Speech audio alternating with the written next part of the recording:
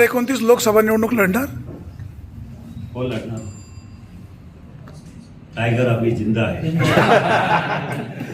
2029 लोकसभा निवडणूक लढणार. हो लढणार. टायगर अभी जिंदा है. त्यासाठी आत्ताच कोणतं ऑपरेशन चालू केलंय का? हा? त्यासाठी आत्ताच कोणतं ऑपरेशन चालू नाही, केलं? अजून नाही. बऱ्याच दिवसानंतर आपण सर्व पत्रकार बांधव आणि मी आपण जवळजवळ वर्ष दीड वर्षाच्या नंतर भेटतो आहे पत्रकार परिषदेच्या निमित्तानं. यापूर्वी रेल्वे असेल किंवा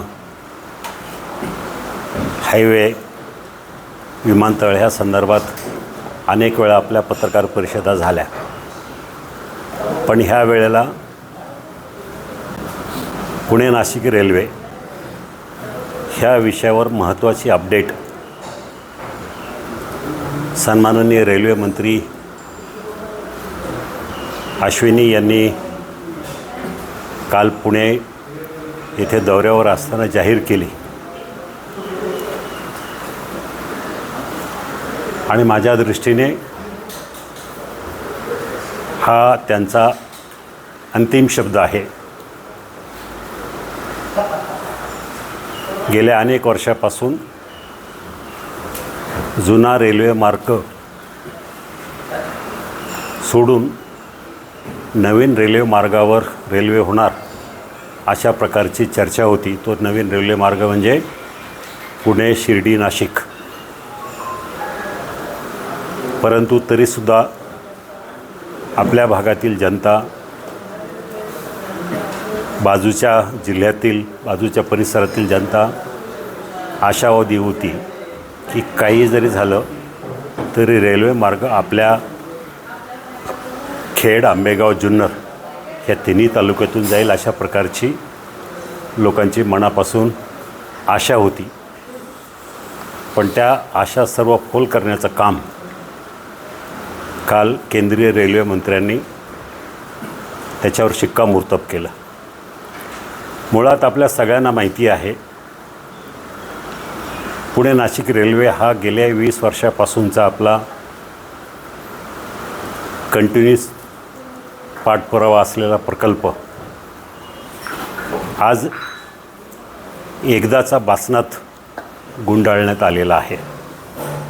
आणि माझ्या दृष्टीनं, आपल्या सगळ्यांच्या दृष्टीनं, शिवजन्मभूमीतील सगळ्या जनतेच्या दृष्टीनं हा काळा दिवस आहे. मी यासाठी म्हणतो आहे की मला आठवतं आहे मी पहिल्यांदा खासदार झालो 2004ला. त्यावेळेला लोकांची काही फारशी मागणी वगैरे होती अशातला भाग नाही, किंवा पुणे नाशिक रेल्वेच्या संदर्भात चर्चाही नव्हती.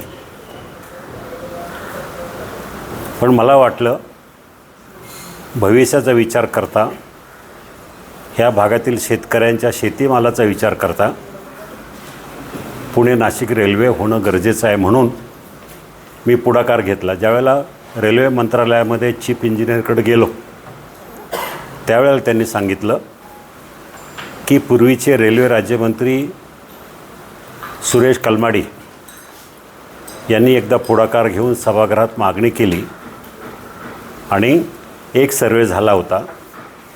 तो सर्वे तोट्यामधलाच सर्वे आला होता, त्यामुळं तो प्रकल्प आपण गुंडाळून ठेवला.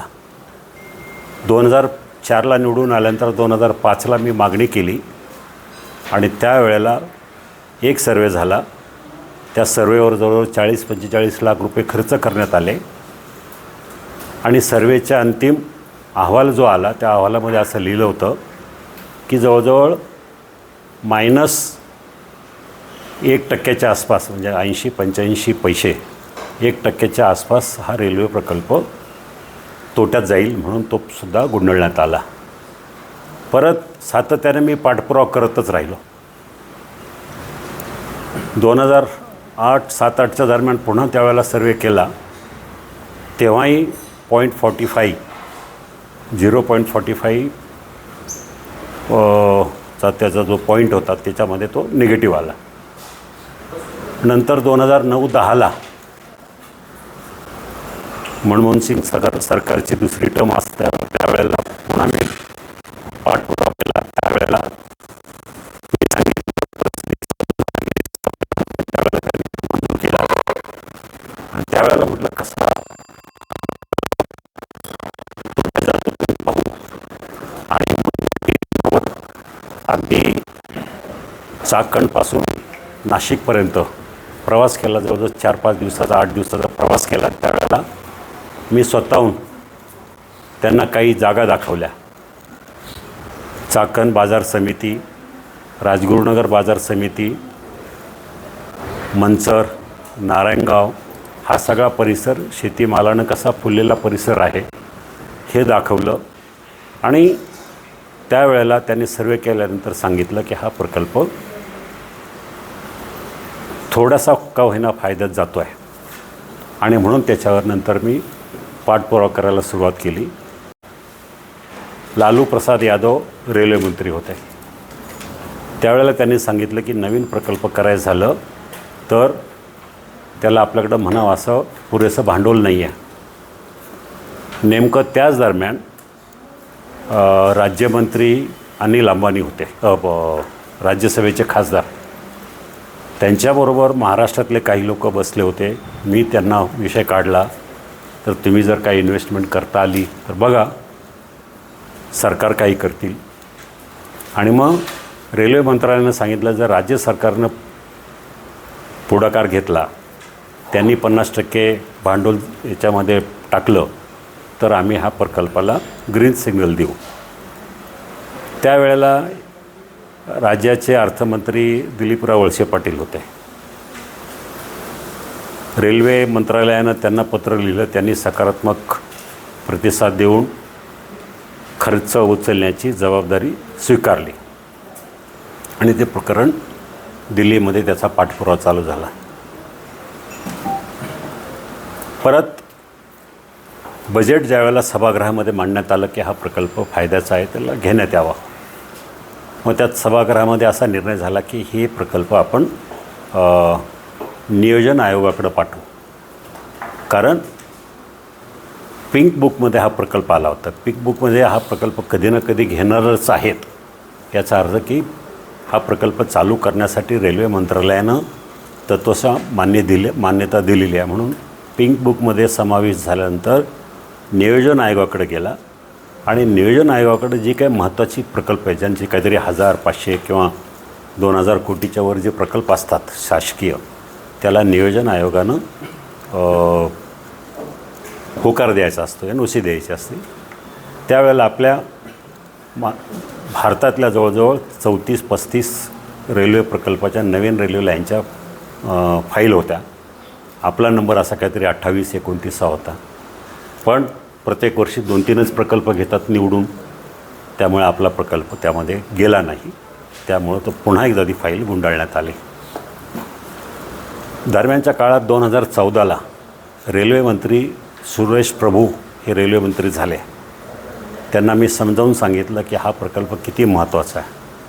त्यांनासुद्धा ह्या प्रकल्पाची माहिती किंवा महत्त्व कळालं आणि त्यांनी त्या वर्षी नाही परंतु 2015च्या दरम्यान त्याला मंजुरी दिली आणि आता सरकारनं ह्या प्रकल्पावर काम करावं अशा प्रकारची सुरुवात झाली. मग राज्य सरकारनं 50%, केंद्र सरकारनं 50%, म्हणजे रेल्वेनं 50% अशा तत्त्वावर हा प्रकल्प चालू झाला. एकदाची जुळवाजुळव चालू झाल्यानंतर रेल्वे मंत्रालयानं एक असा विषय काढला की आता आपण कन्व्हेन्शनल रेल्वे म्हणजे जी मीटर गेजची रेल्वे करण्याच्या ऐवजी आपण ही सेमी हायस्पीड रेल्वे करावी. त्यासाठी रेल्वेमध्ये ह्या डिपार्टमेंटमध्ये एक चांगलं अनुभवी माणूस म्हणून राजेश जयस्वाल हे ग्रस्त रेल्वेमध्ये दिल्लीमध्ये कामाला होते. ते कारण त्यांना ब्रिजमॅन म्हणतात, कारण रेल्वेचे सगळ्यात मोठे ब्रिजेस त्याने बनवले होते. म्हणून त्यांची नेमणूक ह्या नवीन कंपनी म्हणजे MRIDL, Maharashtra rail infrastructure development limited. त्याच्यामध्ये 50%चं भांडवल राज्य सरकारनं 500 कोटी दिले, केंद्र सरकारनं 500 कोटी दिले आणि ती कंपनी स्थापन झाली निर्माण पॉईंटला ऑफिस झालं आणि हा नवीन माणूस आला. त्यानंतर काही स्टाफ भरून काम करायला सुरुवात केली की कुठून कशी न्यायची, काय करायची. मग त्या वेळेला मी बाकी सगळी कामं सोडून ही रेल्वे लाईन, हा प्रकल्प, त्याची रूट, कुठून न्यायचे, कसे न्यायचे हे करण्यासाठी मी सातत्यानं जास्तीचा वेळ मी त्याला या प्रकल्पासाठी देत होतो. सगळं काय झालं, प्रकल्पाची कॉस्ट सुरुवातीला निघाली 8-9 हजार कोटी. परत 3-4 वर्षांनी त्याची कॉस्ट झाली जवळ 11.5 कोटी. 11.5 कोटीवरून शेवटी ज्या वेळेला मंजुरीला आलं त्यावेळेला 13,096 कोटी रुपये ही प्रकल्पाची किंमत निघाली. आणि त्यामध्ये असं ठरलं की 3,000 कोटी राज्य सरकारनं जमा करायचे, 3,000 कोटी मध्य रेल्वेनं म्हणजे सेंट्रल रेल्वेनं जमा करायचे, उरलेले 7,000 कोटी बाजारातून जमा करायचे. ते ह्याच्या संदर्भात पुण्यामध्ये बैठका झाल्या, दिल्लीमध्ये बैठका झाल्या. तर बाजारातून करायचे म्हणजे कुणी, तर काही कंपन्यांना आपण कॉन्टॅक्ट करायला सुरुवात केली. रेल्वेनंसुद्धा मी माझ्या वतीनं आपल्या चाकण MIDC मधल्या 2 मोठ्या कंपन्या, त्यातली एकाने सांगितलं आम्ही 500 कोटी रुपये, जर रेल्वे होत असेल तर आम्ही 500 कोटी रुपये सीड कॅपिटल किंवा तुमचं जे भांडवल आहे ते करण्यासाठी आम्ही देऊ. असं करता करता हे सगळं झालं. मग भूसंपादन चालू झालं, मार्ग फायनल झाला, रूट फायनल झाला. आणि त्या रूट तुम्हाला सांगितल्याप्रमाणे हा रूट आपल्या ह्या तिन्ही तालुक्यातून जात होता. सगळी स्टेशनं वगैरे सगळी फायनल झाली. हे सगळं झाल्यानंतर आता भूसंपादन चालू झालं. भूसंपादनाला पैसे आले. राज्य सरकारनं जे 500 कोटी दिले होते त्यातले किंवा केंद्र सरकारनं काही पैसे जमा केले होते त्यातले पैसे खर्च झाले, बरेचसे पैसे. आणि भूसंपादन चालू झालं. सगळं झाल्यानंतर प्रकल्पाची फाईल आता अंतिम मंजुरी व्हायची ती राहून गेली. दरम्यानच्या काळात 2019ची लोकसभा निवडणूक लागली. दुर्दैवानं पराभव झाला. सगळं काय शिजवून रेडीमेड तयार ठेवलं होतं. रेल्वे बोर्डाच्या चेअरमनकडं फाईल तयार होती. त्यांनी फक्त मंत्रालयातून मंत्र्यांबरोबर किंवा PM बरोबर बसून त्याच्यावर एक अंतिम मंजुरी घ्यायची होती, ती राहिली होती. मग त्याच्यानंतर दुर्दैवानं मला असं सांगावंसं वाटतं, खेदानं आजपर्यंत त्या फाईलच्या संदर्भामध्ये अनेक चर्चा, तर्कवितर्क लढवले गेले. कोणी कुठल्या पद्धतीनं फॉलोअप करतो आहे, कोण कसल्या पद्धतीने फॉलोअप करतो आहे. परंतु त्याच्यानंतर फाईल म्हणून, प्रोजेक्ट म्हणून काही झालं नाही. नंतरच्या काळामध्ये रेल्वे मंत्र्यानं ठरवलं की हा प्रकल्प वाघोलीवरून सरळ नगरमार्गे शिर्डी न्यायचा आणि शिर्डीवरून नाशिकला, अशा प्रकारचं काहीतरी फॅडमध्ये आलं. मग रेल्वे मंत्र्यांनी हट्ट धरला की नाही आता आपल्याला शिर्डी मार्गेच जायचं आहे. अनेक लोक 2020-21 पासून 20-21च्या दरम्यान जो मार्ग त्यांनी मनामध्ये आणला तो आजपर्यंत तसाच आहे.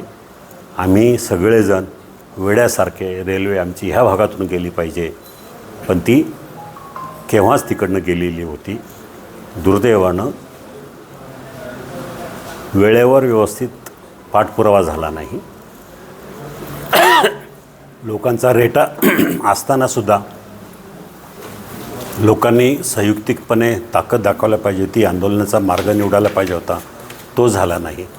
परिणामी छत्रपती शिवरायांच्या भूमीला टाळून दुसऱ्या बाजूनं रेल्वे जाते.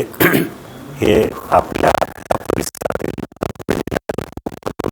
ही संकट ओळखून त्यावेळेला CP जोशी म्हणून नितीन गडकरीच्या खात्याचे मंत्री होते, त्यांच्याबरोबर भांडून आपली हांबरी करून हा प्रकल्प मंजूर करून घेतला. त्याच्याशिवाय आजपर्यंत चाकणचं काय झालं, नगर रोडचं काय झालं, तळेगाव चाकण शिक्रापूरचं काय झाले, पुणे नगर रस्त्याचं काय झाले, काही नाही. भाषणं मात्र छानपैकी सुंदर अशी लोकांना ऐकून टाळ्या वाजवणारे भाषणं मात्र झाली. पण मतदारसंघ 10 वर्ष मागत, 15 वर्ष मागत, मग लोकांना मला प्रश्न विचारायचा आहे जनतेला, मग आपण काय कमवलं आहे, काय मिळवलं आहे गेल्या 15 वर्षामध्ये, कुठल्या गावात जातो, कुणालाही विचारा काय काम केलं. माझ्याकडं तर कामाची यादी आहे, तुम्हाला प्रतिक्रिया देत आलो. अशा प्रकारचे आज ही रेल्वे आहे. मला सांगा, मी 2005 पासून पाठपुरावा करून 2019 पर्यंत ही रेल्वे आणून केली. माझा जर पराभव झाला नसता तर आज वेगळं चित्र झालं असतं. पराभव झाला, माझं जे काय व्हायचं ते होईल, ठीक आहे, परंतु मतदारसंघाचं नुकसान झालं ही माझ्या दृष्टीने अतिशय वाईट घटना आहे.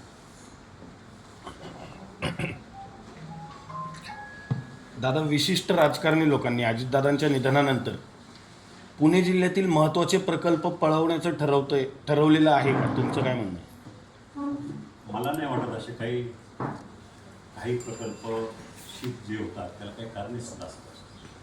भौगोलिक कारणं असेल किंवा अजून काही असं स्पेसिफिकली काय सांगतात तुम्ही जे म्हणता, मला तुम्ही म्हणाल पाण्याचं हे कोल्हापूरला आलेलं जलसिंचन कार्यालय. जलसिंचन कार्यालय, ठीक आहे, त्याचं कारण असेल काहीतरी, म्हणजे आपल्याला काही माहिती नसताना आपण काही अजितदादांच्या बोलू. निधनानंतर झाल्यावर संशय. नाही, ठीक आहे ना, पण त्यावेळेस सुद्धा खातं हे त्यांच्याकडे नव्हतंच.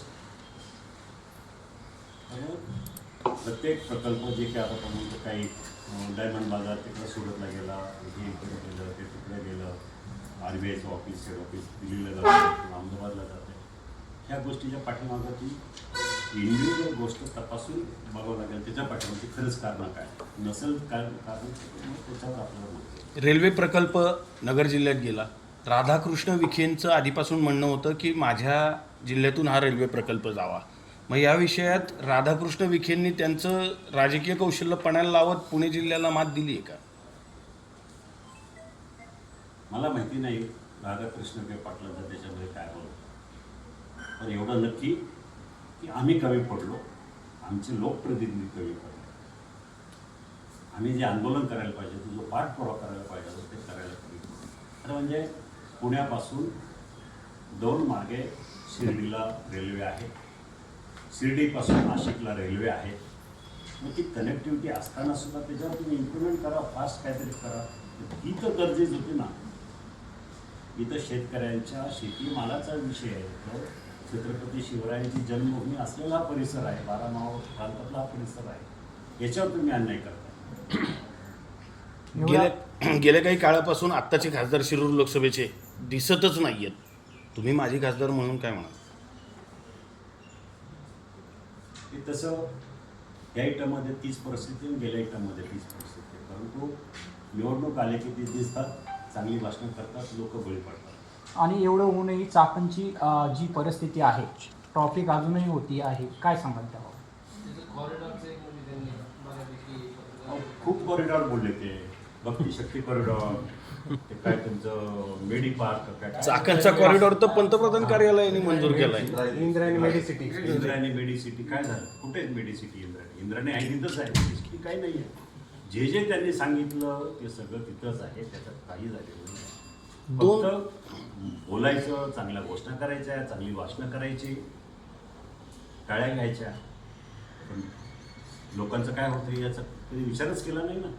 दादा, पण खासदारांच्या कामावर महायुतीकडून त्यांना जे प्रश्न विचारायला पाहिजे ते विचारले जात नाहीत. तुम्ही सोडलं तर दुसरे सर्वच महायुतीचे नेते त्यांच्याविषयी काहीच बोलत नाही.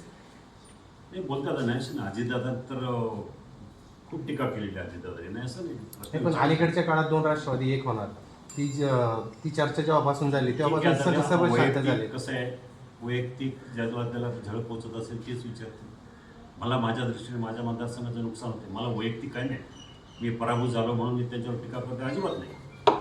मला ज्या मतदारसंघानं मला घडवलं, ज्या मतदारसंघानं मला 15-20 वर्ष काम करण्याची संधी दिली, त्या मतदारसंघाचं, त्या जनतेचं नुकसान होतं, ही माझ्या दृष्टीने वाईट गोष्ट आहे. 2 वर्षापूर्वी वैयक्तिक त्यांनी कुठली भूमिका करावी, कशात काय करावी, कशी भाषणं करावी, याच्याबद्दल मला त्यांचं वैयक्तिक काही देणं घेणं नाही.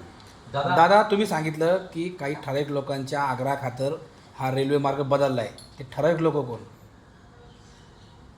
नाही, काही लोकांच्या आग्रहाखातर मी असं नाही बोलतो. असं आपल्यामध्येच कोणतरी बोललेलं आहे. 2 वर्षापूर्वी 9,000 कोटीचा चाकण ते मोशी राजगुरुनगर ते मोशी प्रकल्प मंजूर झाला. त्याचं काम पुढं अजून काहीच झालेलं नाही. केंद्र नेमकं पुणे जिल्ह्यासोबत दुजाभाव काय करतंय. होतं, ह्या सगळ्या गोष्टी मोठ्या प्रकल्पाला वेळ लागतो. 5,000, 7,000, 8,000 कोटीचा प्रकल्प आहे. हे काय लगेच आम्ही DPDCमधून रस्ता मंजूर केला 2 कोटीचा आणि लगेच काम चालू झालं असं नाही आहे. पण मोठ्या प्रकल्पाला तेवढा वेळ लागतोच आहे. याचं टेंडर झालेलं आहे. तर टेंडर कधी झालेलं 3 वर्षापूर्वी झालेलं आहे टेंडर, नाशिक फाट्यापासून तर इथं येईपर्यंत. आता आपण जी चाकणची ट्रॅफिक म्हणतात हे तुम्हाला मी पत्र दाखवतो. 6 लेन नाशिक फाटा ते खेड सेक्शन हा जवळजवळ 29 किलोमीटरचा रस्ता नॅशनल हायवेचा. मी पाठीमागं लागून त्याचं टेंडर काढलं होतं. 2017ला टेंडर काढलेलं आहे. त्याची कॉपी टेंडरचीच कॉपी आहे 2017ची. हां, पण त्याला विरोध काही पिंपरी चिंचवड महानगरपालिकेनं, तिथले प्रशासकीय अधिकारी असतील, तिथले लोकप्रतिनिधी असतील, त्यांनी विरोध केला की आम्हाला असं रुटीन पाहिजे, तसं पाहिजे. त्यामुळं नॅशनल हायवेनं तो प्रकल्प थांबवला. आता 2017ला याचा नारळ फोडला. नितीन गडकरी होते, शरद पवार साहेब होते, मी होतो आणि बापट पालकमंत्री. चांदणी चौकामध्ये खूप मोठी उद्घाटन भूमिपूजन झाली. त्यावेळेला याचा नारळ फुटला होता. दुसरा बनकर फाटा ते घोडेगाव ते भीमाशंकर ते राजगुरुनगर ह्या रस्त्याचा सुद्धा नारळ फुटला होता. आता 2017 आज आहे, 9 वर्ष होऊन गेले. नारळ फुटला, पुढं काही झालं नाही. गडकरीनं हे दाबून केलेलं आहे, पण काही झालं नाही. त्यामुळं आता ठीक आहे, वेळ लागेल. आता मला वाटतं दुरुस्तीक्षेपात आलेलं आहे. अजून 1-2 वर्षांनी तरी काम चालू व्हायला हरकत नाही या रस्त्याचं. पुढची रणनीती काय असेल? तुम्ही मागच्या काळात म्हटलं होतं की रस्ता रोको करू, आंदोलन करू, पंतप्रधानांना भेटू. पुढची दिशा काय असेल? रेल्वेच्या संदर्भामध्ये मला नाही वाटत काही आता कुणीही किती आंदोलन जर केली, कारण ज्या वेळेला तुम्हाला करायला पाहिजे त्या वेळेला कोणी केलं नाही. ज्यांनी करायला पाहिजे काम पाठपुरावा कुठं केला कोणी? नुसती फेसबुकवर किंवा सोशल मीडियावर लेटर हेड टाकायचं आणि त्याच्यावर येलो लाईनने काहीतरी हायलाईट करायचं. त्याच्या व्यतिरिक्त काही झालं नाही. पोच एकाही पत्राची नव्हती कधीच. आतापर्यंत जेवढी पत्रं त्यांनी दाखवली आहे ती फक्त एखादं काम मंजूर झालं की ते पत्र दाखवायचं, त्याच्यामध्ये पिवळ्या लाईननं अंडरलाईन करायचं. काय झालं नाही. व्हायला पाहिजे होतं. लोकप्रतिनिधी कमी पडले त्यामध्ये. 100% लोकप्रतिनिधी म्हणण्यापेक्षा शिरूर लोकसभा मतदारसंघाचा खासदारच कमी पडला. त्यांचीच जबाबदारी होती. ठीक आहे, आमदारांची जबाबदारी नव्हती. जबाबदारी ही केवळ आणि केवळ खासदाराची असते, ती त्यांनी केली नाही. मग त्यांनी आता पाठपुरावा करायला सुरुवात केली होती ना. नाही, पण आता त्याच्यानंतर आज फायनल झालं ना त्यांचं की नाहीच. आता मी मध्ये आंदोलनाच्या गेलो होतो संगमनेरमध्ये हे झालं. संगमनेरमध्ये तिथं हजर होतो मी. त्यावेळेला पण पुढं परिस्थिती मांडली, पण लोक अजून आशावादी होते की होईल, आज नाही तर उद्या होईल. दादा दोनच संगमनेरमध्ये ज्या पद्धतीने दादा हे झालं, सत्यजित तांबे असतील, बाळासाहेब थोरात असतील, त्या पद्धतीने आपल्या पुणे जिल्ह्यातले लोकप्रतिनिधी असतील किंवा जनता सुद्धा एकवटली नाही. केलं, काही लोकांनी केलं ना. आपल्या काय मुंगसे असतील किंवा बाकी लोक असतील, त्यांनी प्रयत्न केला. दादा फक्त तुम्ही आणि सत्यजित तांबे हे दोनच जण या विषयासंदर्भात लढताना दिसत आहेत. बाकी पुणे ते नाशिक या दरम्यानचे अनेक नेते आहेत, मग ते कुठे आहेत? त्यांना विचारलं पाहिजे प्रश्न. पण त्यांनाही या गोष्टीचं महत्त्व. पण कसे मुळात नाशिकचा खासदार होता हेमंत गोडसे, नाशिकचे खासदार होते भाऊसाहेब वागचौरे. या सगळ्यांना मी बरोबर घेतलं होतं. प्रत्येक मिटिंगला हेमंत गोडसेला बरोबर घेऊन जायचं किंवा यांना घेऊन जायचं. ते मार्केट कमिटीचं काय देवीदास देवीदास त्याच्या त्या सगळ्यांना बरोबर मी घेऊन जात होतो. आता विमानतळाचं मला सांगा, किती लोकांनी माझ्यावर टीका केली.